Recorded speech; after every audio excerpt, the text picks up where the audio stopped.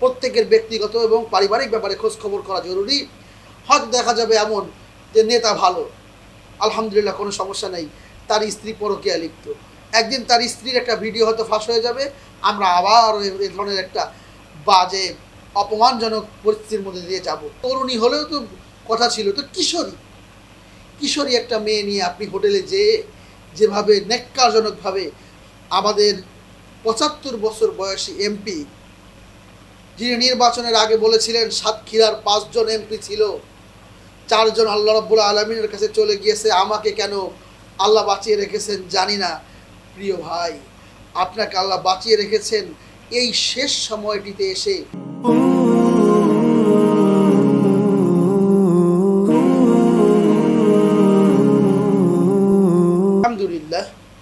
আলহামদুলিল্লাহ রাব্বিল আলামিন ওয়াসসালাতু ওয়াসসালামু আলা সাইয়্যিদিল আশরাফিল আমবিয়া ওয়াল মুরসালিন ওয়া আলা আলিহি ওয়া সাহবিহি ওয়া মান ওয়ালা বা'দ। সম্মানিত বন্ধুগণ, দেশ বিদেশের বিভিন্ন জায়গা থেকে যেখান থেকে আমাদের এই আলোচনাটি দেখছেন, প্রত্যেককে জানাচ্ছি সালাম, আসসালামু আলাইকুম ওয়া রাহমাতুল্লাহি ওয়া বারাকাতুহু। আজকে আমরা যে বিষয়টি নিয়ে কথা বলতে শুরু করেছি, এ ব্যাপারটি নিয়ে কথা বলার জন্য অনেকেই অনেকভাবে বলতেছেন, যে কারণে কথা বলতে বাধ্য হচ্ছি। আমরা জানি সাম্প্রতিক সময়ে বাংলাদেশের মজলুম জনপদ সাতক্ষীরা, এই সাতক্ষীরা জামাত ইসলামীর সাবেক জেলা আমির, 3 বারের নির্বাচিত এমপি, সাতক্ষীরা 4 আসন থেকে বর্তমান সময়ে রানিং এমপি জনাব গাজী নজরুল ইসলাম, তিনি এমন একটি অপরাধের সঙ্গে জড়িত হয়ে গিয়েছেন, এমন একটি অন্যায় কাজ করে বসেছেন, এমন একটি পাপে লিপ্ত হয়েছেন, যে পাপটি গাজী নজরুল ইসলাম নয়, বরং সামগ্রিকভাবে বাংলাদেশ জামাত ইসলামীর আমির থেকে শুরু করে একদম রুট লেভেল পর্যন্ত সুধী শুভাকাঙ্ক্ষীরা প্রত্যেকেই অপমানিত হয়েছে, প্রত্যেকেই লজ্জিত হয়েছে।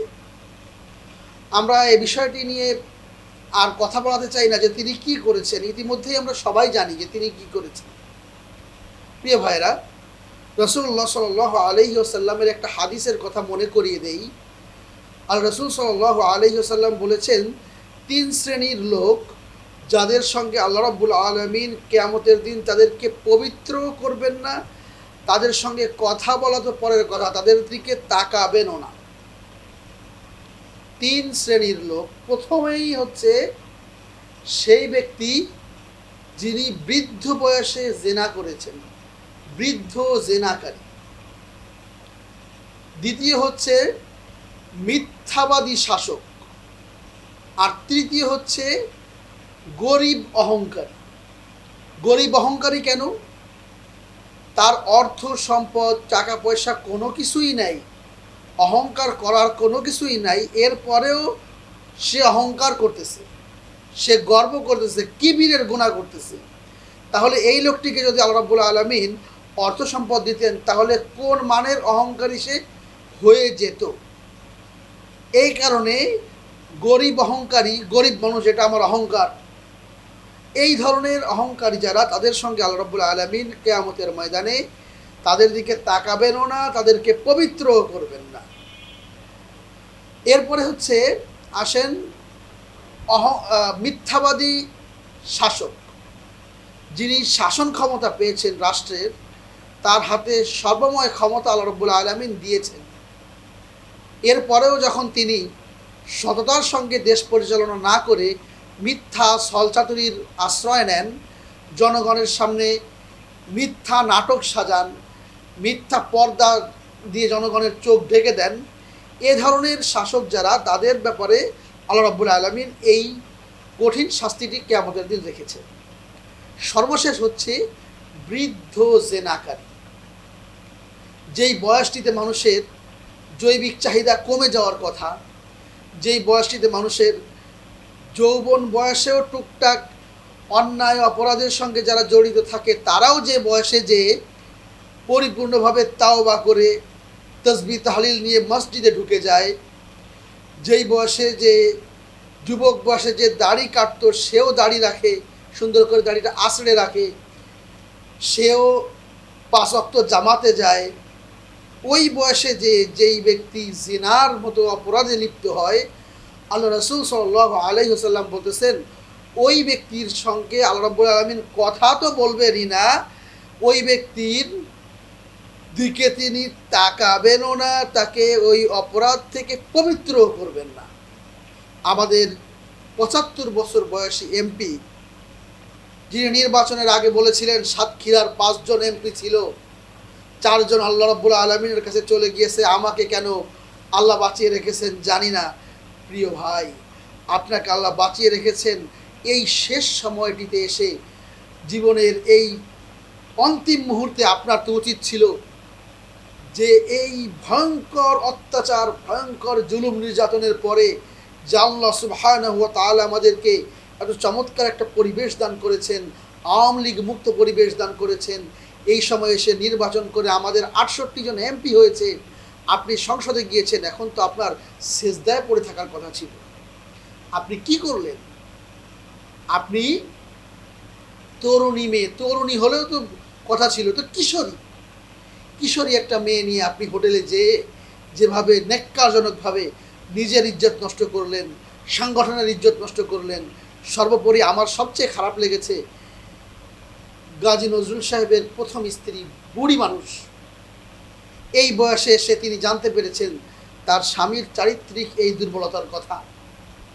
এই বয়সে এসে এই ভদ্র মহিলা, তার কপালে দুশ্চিন্তার ভাঁজ, টেনশনে তিনি অস্থির। এই স্বামী সারাটা জীবন যার পিছনে তিনি ব্যয় করে দিলেন, যৌবন কাল থেকে শুরু করে আজকের এই বৃদ্ধা বয়স পর্যন্ত তিনি যে মানুষটির সংসার হেসেল সামলালেন, তিনি নিজে ভালোভাবে মনে হয় লেখাপড়াও জানেন না। তার বক্তব্য দেখে পড়ছিলেন, আমার মনে হলো তিনি ভালো করে উচ্চারণ করতেও কষ্ট হচ্ছে। আগেকার মানুষ হয়তো সর্বোচ্চ 5 পাস বা 7-8 পর্যন্ত লেখাপড়া করেছেন, সেই হয়তো পাকিস্তান আমলে বা ব্রিটিশ আমলে, এখন সে লেখাপড়া না করতে হয়তো ধুয়ে গেছে। এই বৃদ্ধ বয়সে এসে এত বড় একটা শখ এই মুরব্বী মহিলা, তিনি কিভাবে সামলাচ্ছেন সেটা তিনিই জানেন।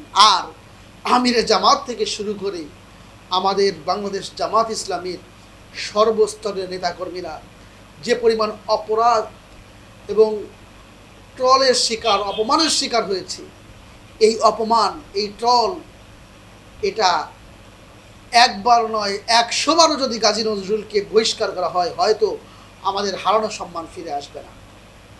আমি বাংলাদেশ জামাত ইসলামীর সম্মানিত আমির ডক্টর শফিকুর রহমানকে বলবো যে যে পর্যায়ের নেতাই হন না কেন, আমিরে জামাত থেকে শুরু করে একেবারে ইউনিট দায়িত্বশীল পর্যন্ত প্রত্যেকটা দায়িত্বশীলের ব্যক্তিগত পর্যায়ে খোঁজ খবর নেওয়া জরুরি। যেহেতু ভালো সময়ে চলে এসেছে, এই সময়ে আসলে আল্লাহ রাব্বুল আলামিন মানুষকে পরীক্ষা করেন যে জিনিসগুলি দিয়ে, তার মধ্যে একটা জিনিস হচ্ছে ক্ষমতা, আর একটা জিনিস হচ্ছে স্বাধীনতা। আমরা এতদিন আটকা ছিলাম, জিম্মি ছিলাম, এই সময় আমাদের মাথার মধ্যে শয়তানে ধোঁকা দেওয়ার সময় পায়নি, তখন আমরা কি করে পিঠ বাঁচাবো সেই চিন্তায় ছিলাম। আর এখন আমাদের ভালো সময় এসেছে, এই সময়ে এসে আমাদের কোন নেতাকর্মী কি করছে এরকম হয়তো আরও গাজী নজরুল রয়ে গিয়েছে, হতেই পারে ভাই, অস্বাভাবিক নয়। সুতরাং আপনারা খোঁজ খবর করুন, আমাদের এমপি, আমাদের চেয়ারম্যান প্রার্থী, মেয়র প্রার্থী, আমাদের আমিরগণ, আমাদের সেক্রেটারিগণ, দায়িত্বশীল যারা যে অবস্থায় রয়েছেন, প্রত্যেকের ব্যক্তিগত এবং পারিবারিক ব্যাপারে খোঁজ খবর করা জরুরি। হয়তো দেখা যাবে এমন যে নেতা ভালো, আলহামদুলিল্লাহ কোনো সমস্যা নেই, তার স্ত্রী পরকীয়া লিপ্ত, একদিন তার স্ত্রীর একটা ভিডিও হয়তো ফাঁস হয়ে যাবে, আমরা আবার এই ধরনের একটা বাজে অপমানজনক পরিস্থিতির মধ্যে দিয়ে যাব। সুতরাং প্রত্যেকটা নেতার পরিবারের, তাদের স্ত্রী পুত্র সন্তানদের খোঁজ খবর করাটা খুব জরুরি। যদি এমন কোনো সমস্যা পাওয়া যায়, সেই সমস্যাগুলি এখনই সংশোধন করে, অথবা যদি সংশোধন করা সম্ভব না হয়, প্রয়োজনে সাময়িক সময়ের জন্য তাদেরকে সংগঠন থেকে অব্যাহতি দিয়ে তাদেরকে সংশোধনের সময় দিতে হবে, সুযোগ দিতে হবে। কিন্তু সংগঠন আল্লামা সৈয়দ আবুল আলা মাউদুদি রহিমাহুল্লাহর প্রতিষ্ঠিত এই পবিত্র সংগঠনকে কলুষিত করা যাবে না। আল্লাহ রাব্বুল আলামিন আমাদেরকে সহি সমঝ দান করুন। আখির দাওয়ানা আলহামদুলিল্লাহি রাব্বিল আলামিন।